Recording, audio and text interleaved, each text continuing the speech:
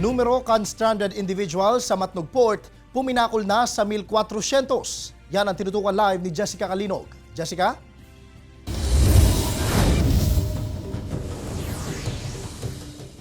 Jessica Dacolman Giraray na Lunada na nagtetener na stranded sa halawig na pila pasiring sa Matnog Port sa Sorsogon. Kaya nagkapirang mga biyahero day na maibitaran na mag-init ang payo huli sa sitwasyon.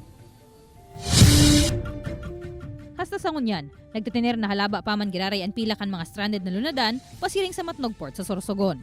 Maabot naman sa 1,400 na mga pasahero, 249 na truck, 231 na mga light vehicle, asin 11 bus ang nagtetener na stranded sa lugar. Huli kaini nagkainitan na ang nagkapirang mga biyahero, huli sa subuot singitan sa pila. Ilang hours ang difference between us? Tapos siya pa nangunguna sa listahan. Galing.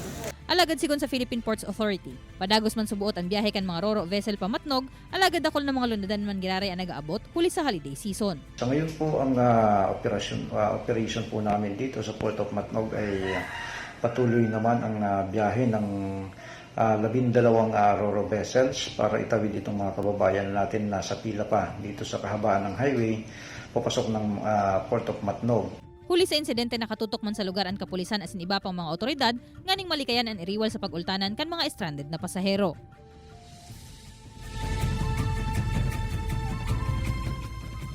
Sa presente padagos man ang pagbabantay asin pagsagibon ng lakdang kan mga otoridad sa lugar, tanganing makaabante na ang mga lunadan asin maibitaran ang posible pang day pagkakaintindihan kan mga biyahero. Jessie? Jos Mabalos, Jessica.